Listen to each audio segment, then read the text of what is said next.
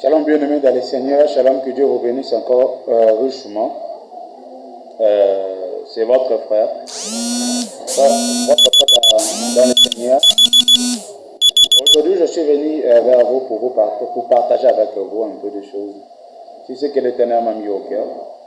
Aujourd'hui, je suis venu partager avec vous de la part de l'Éternel. Ça, c'est toute une nouvelle chaîne que l'Éternel m'a accordé la grâce que je puisse créer pour partager de son nom. Cette chaîne que vous voyez, c'est rien que là pour vous édifier, pour vous exhorter. S'il y a aussi des requêtes, tu peux même nous écrire. Nous sommes là disponibles pour aller de loin prier pour ça, afin que Dieu vous accorde la réponse. Je réponds au nom de Abishalom Memouloaï Moulumba, et jeune prophète. L'Éternel m'a poussé au cœur que je fasse cet audio aujourd'hui. Et cet audio, je vais parler sur quelque chose que Dieu m'a mis au cœur. Parce que selon comment je m'arrangeais, je ne voulais pas que je commence à faire des vidéos aujourd'hui. Parce que tellement que je n'avais pas de bon matériel pour faire mes lives.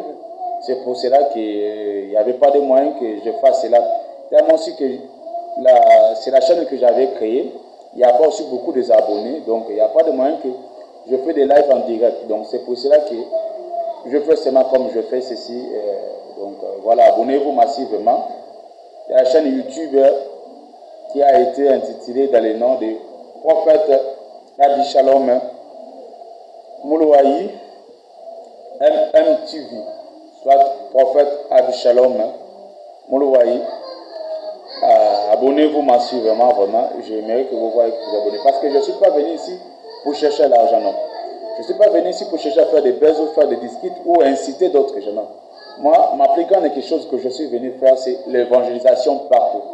Pour des gens qui ont fait des voyages et qui le priaient, ici au Congo, il a fait un voyage, là où il est arrivé, il n'y a pas des églises pour aller prier. Moi, je suis là pour toi et je suis là pour toi.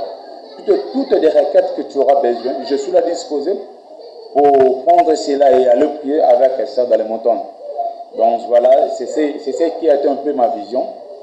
Ma chaîne, je ne vais pas créer ça pour faire de l'argent, je répète encore. C'est pour faire l'évangélisation partout. L'évangélisation de la part de Christ. Pour gagner des âmes. Je sais que beaucoup de gens vont dire qu'ils parlent un peu trop, mais je sais que pour des choses inutiles, on ne regarde pas l'air. Mais pour les choses de Dieu, beaucoup de gens regardent l'air. Donnez-moi juste un peu de temps. Je vais un peu parler vite. Aujourd'hui, je vais lire d'abord la Bible. Je vais parler sur quelque chose que l'Éternel m'a mis au cœur. Et après ça, on va passer sur d'autres choses. Que Dieu vous bénisse richement. Tous les gens qui s'abonnent maintenant, tous les gens qui sont avec moi maintenant, que Dieu vous bénisse richement. Je lis avec vous vers Romains, chapitre 1er, verset 19 à 20. Romains, chapitre 1er, verset 19 à 20. On lit avec vous, dans le nom de Dieu, dans le nom du Seigneur, on lit. Car c'est ce qu'on peut connaître de Dieu et manifester pour eux. Dieu leur fait ayant fait connaître, en effet, la perfection invisible de Dieu, en effet, la perfection invisible de Dieu et sa puissance éternelle et sa divinité se voit comme en l'œil depuis la création du monde.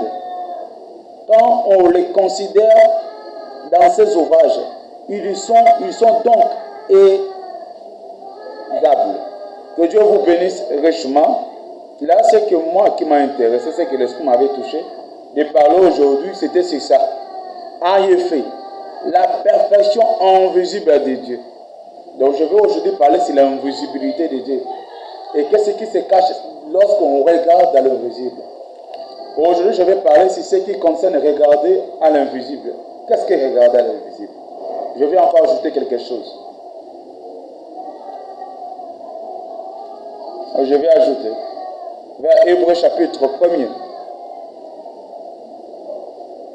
Non, Hébreux chapitre 11, oui. Hébreux chapitre 11. Oh. Hébreux chapitre 11. Or, la foi, c'est une ferme assurance des choses qu'on espère, une démonstration de celles qu'on ne voit pas. Pour l'avoir possédé, les anciens ont obtenu un témoignage favorable. Je descends un peu.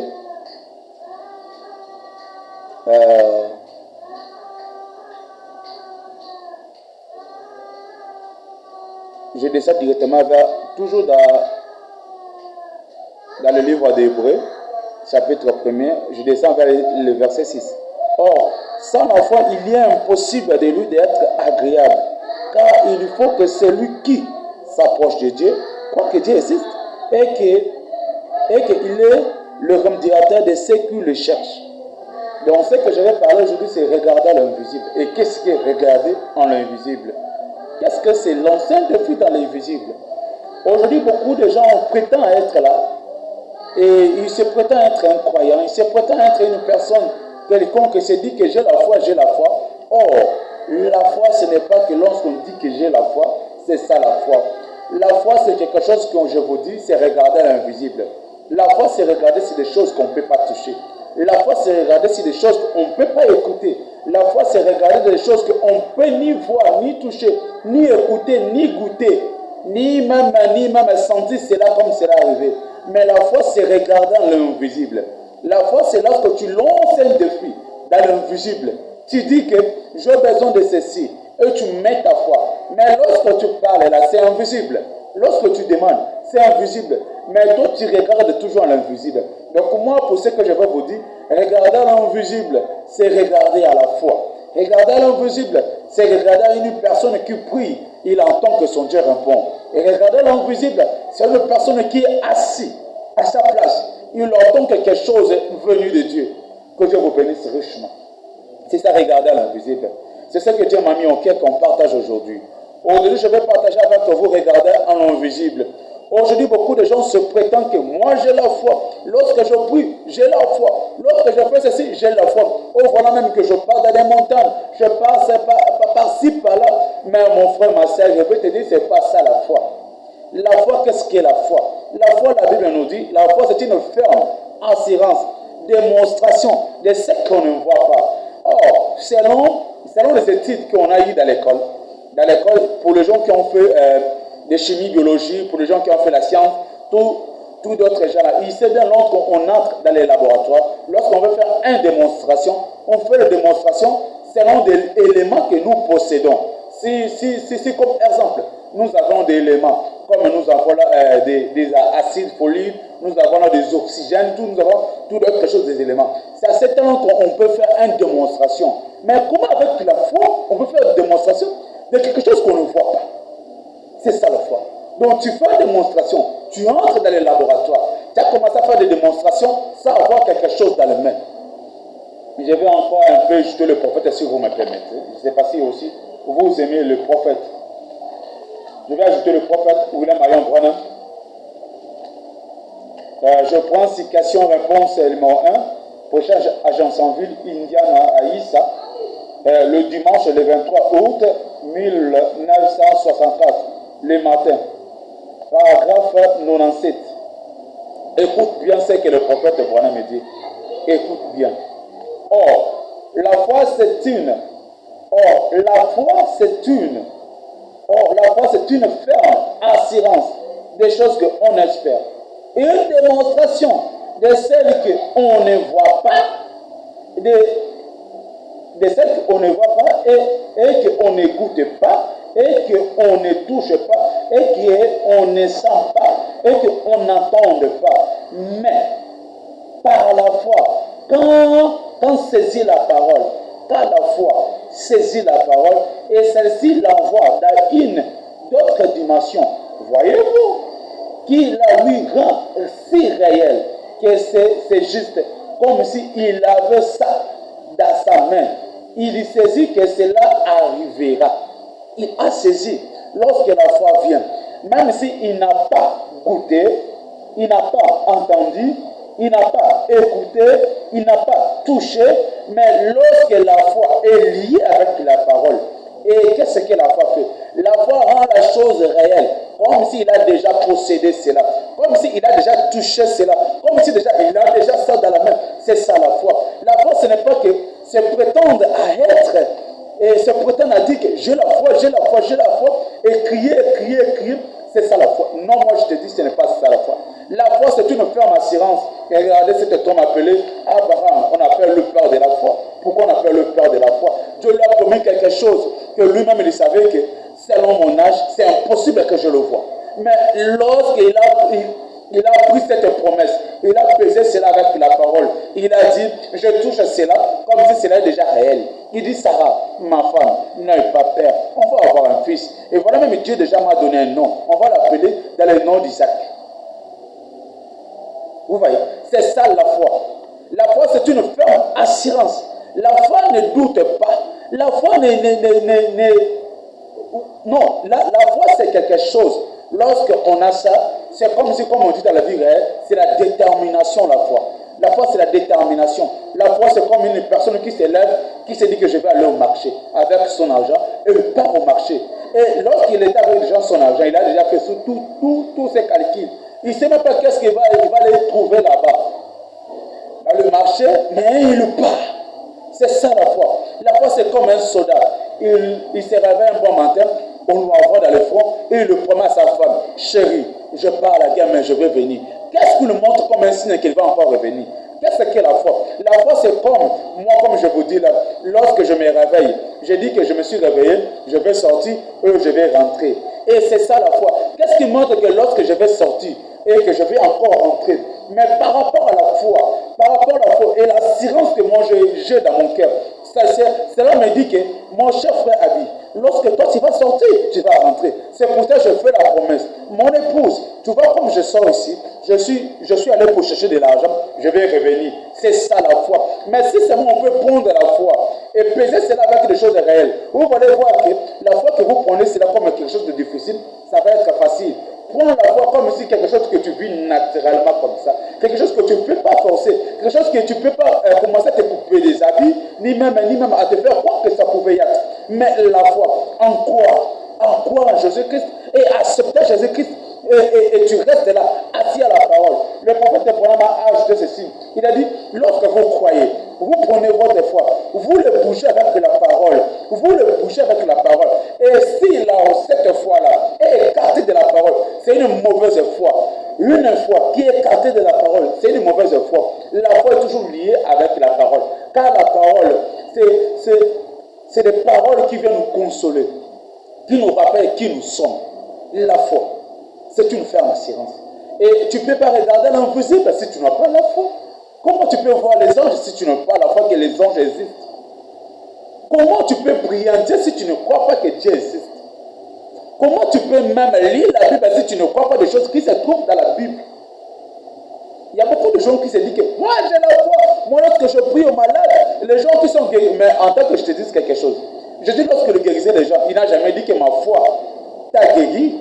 C'était le foi des gens qui étaient vers lui. La foi de Jésus n'a jamais guéri une personne. La foi de Jésus n'a jamais guéri une personne. Écoute ceci, la femme qui avait une perte de sang, elle était là. Elle avait la perte de sang. Elle avait beaucoup souffert. Elle avait beaucoup souffert. Et jusqu'à ce qu'elle a écouté des témoignages, je lui ai dit, là maintenant, ce n'est plus question que de mettre mon moyen en jeu, parce que les moyens, je n'ai plus. Et tout ce que j'avais, j'ai déjà perdu. Et donc là, ce n'est plus question de mettre mes fonds en jeu.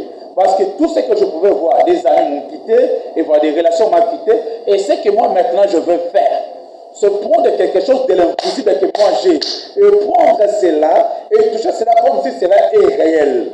Et lorsque je crois que cela comme si est réel, lorsque je les attire avec la parole, cela est tout à fait en ordre. Regardez en l'invisible. Regardez en l'invisible. Tu ne peux pas monter dans les hautes dimensions si tu n'as pas des ailes. Des ailes, c'est la foi. Les ailes, c'est la foi. Tu ne peux jamais voler en croyant si tu n'as pas la foi. Proclamer, crier que je suis un croyant, je suis un chrétien, je suis un croyant, cela ne règle pas la chose. Le problème, c'est quoi? Est-ce que tu as la foi? Est-ce que toi, tu regardes à l'invisible? C'est ça la question que se pose aujourd'hui. Pourquoi jusqu'à aujourd'hui, ton maladie, tu n'arrives pas à prendre une solution? Alors qu'il y a d'autres gens qui souffrent de la même maladie que toi, mais eux, lorsqu'on a prié pour eux, ils l'ont guéri. Mais parce que toi, tu doutes. Lorsqu'on prie pour toi, tu doutes. Lorsque on prie pour toi, tu es tenté là de peser des choses. Frère Branham m'a ajouté quelque chose ici. Je ne sais pas si je vais vraiment trouver le brochure.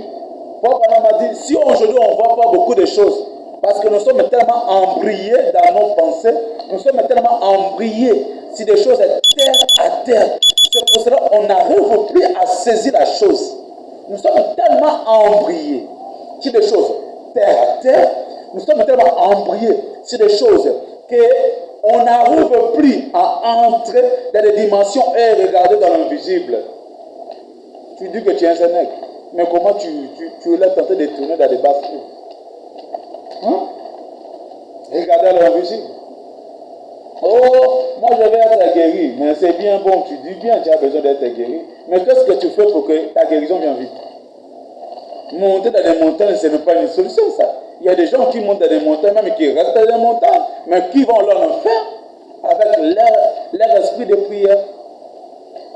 Monter dans les montagnes, cela ne veut pas dire que Dieu est avec toi. Parce que dans les montagnes, il y a aussi des féticheurs qui montent. Mais est-ce qu'il y a quelque chose que moi je te demande? Est-ce que d'abord tu crois à la parole que tu lis?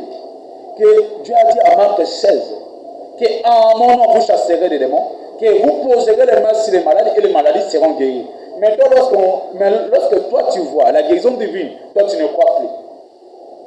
Là tu dis que ça ce n'est pas Dieu. Lorsque tu vois Dieu tenter de prophétiser, là tu ne crois plus. Oh, Dieu a fait une promesse avant que le puisse aller. Il a dit, ce que je fais, vous le ferez de plus grand. Il n'a pas dit que ce que moi je fais, vous le ferez dans de petites dimensions. Non, de plus grande, parce que ça a été toujours comme ça.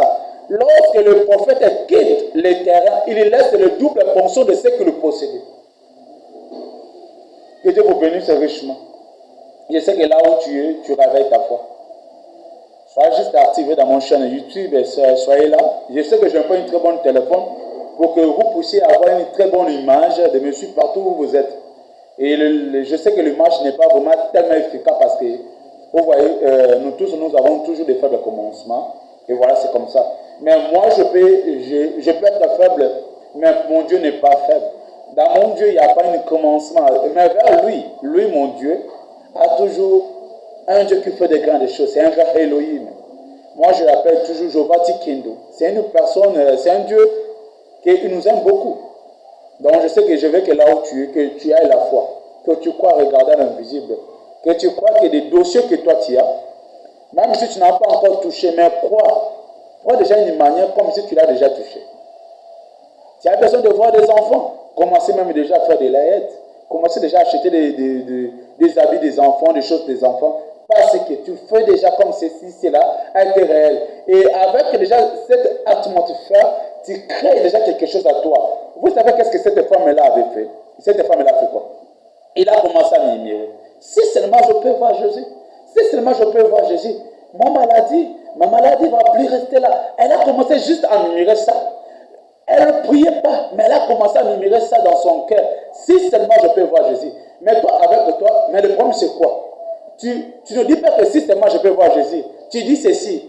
Ah, maladie au Simbatin. Na meka qui n'a pas écouté les gars qui écoutent mon nez Simba quitté. Ce n'est pas ça le problème. Moi, je ne regarde pas le nom de pasteur. Je ne regarde pas le nom du temple. Soit je ne regarde pas la grandeur du temple. Mais moi, je regarde l'onction que la personne mène. Et la vie de spiritualité qu'elle mène. C'est ce que là va faire qu'il puisse faire au mieux de grandes puissances à lui. Parce que ça va même si on mène ma casse, mais après ce qu'on a battu. Après ce qu'on m'a battu, c'est parce qu'on mène à toi comme fatigué. Mais ça, on a même pas ça jeune, à ça qui est. Mais à qui va naïe, à qui qu'on boumayo peut kabouy. Oyo zotanga na mkimonia na to mkia ce n'est pas ça. Mais aujourd'hui kotala trande ki bonzambe o mutazali na yango. Que Dieu vous bénisse vous, que Dieu vous bénisse vraiment. Nous sommes tous ensemble. Et là où tu es, j'ai besoin que tu mettes ta foi. Moi aussi je veux mettre ma foi. On va prier avec toi ensemble. Et que crois-moi, je vous dis, Dieu va faire quelque chose. Car Dieu utilise toujours des faibles. Et la fois dernière, je crois que je vais utiliser dans la faiblesse parfaite la force parfaite. Donc, ça sera un thème que je vais utiliser Nicolas Zalikoya, c'est pour ça que je vous demande d'être toujours branché. Abonnez-vous massivement pour que je commence des lives avec vous. Donc, bientôt là, si Dieu m'accorde encore des moyens, je vais encore essayer d'aller créer une page Facebook. Une page Facebook là aussi je peux aussi commencer à faire des lives. Donc, j'ai besoin vraiment de partager avec vous. Je n'ai pas besoin d'être un égoïste, c'est ce que Dieu me donne et Nabomba Monga Moko. Viens, j'ai besoin de toi. Toi qui as des problèmes, n'oublie pas de m'écrire. Je vais vous donner mon numéro. N'oublie pas de m'écrire. Toi qui as des problèmes, tu as quelque chose qui te dérange, eh bien, j'ai besoin de vous. Si tu as besoin de me chercher sur Facebook, cherche-moi dans le nom du prophète Absalom Moulouaï. Tu vas me voir. Si c'est moi, tu écris seulement prophète Absalom, tu vas me trouver. Si tu as besoin de me voir sur Instagram ou Twitter, écris seulement Absalom Moulouaï, tu vas me trouver facilement. Si tu veux m'écrire sur WhatsApp, c'est le numéro dans lequel je vais vous donner. C'est plus 243, 81 700, 45 36. Plus 243, 81 700, 45 36.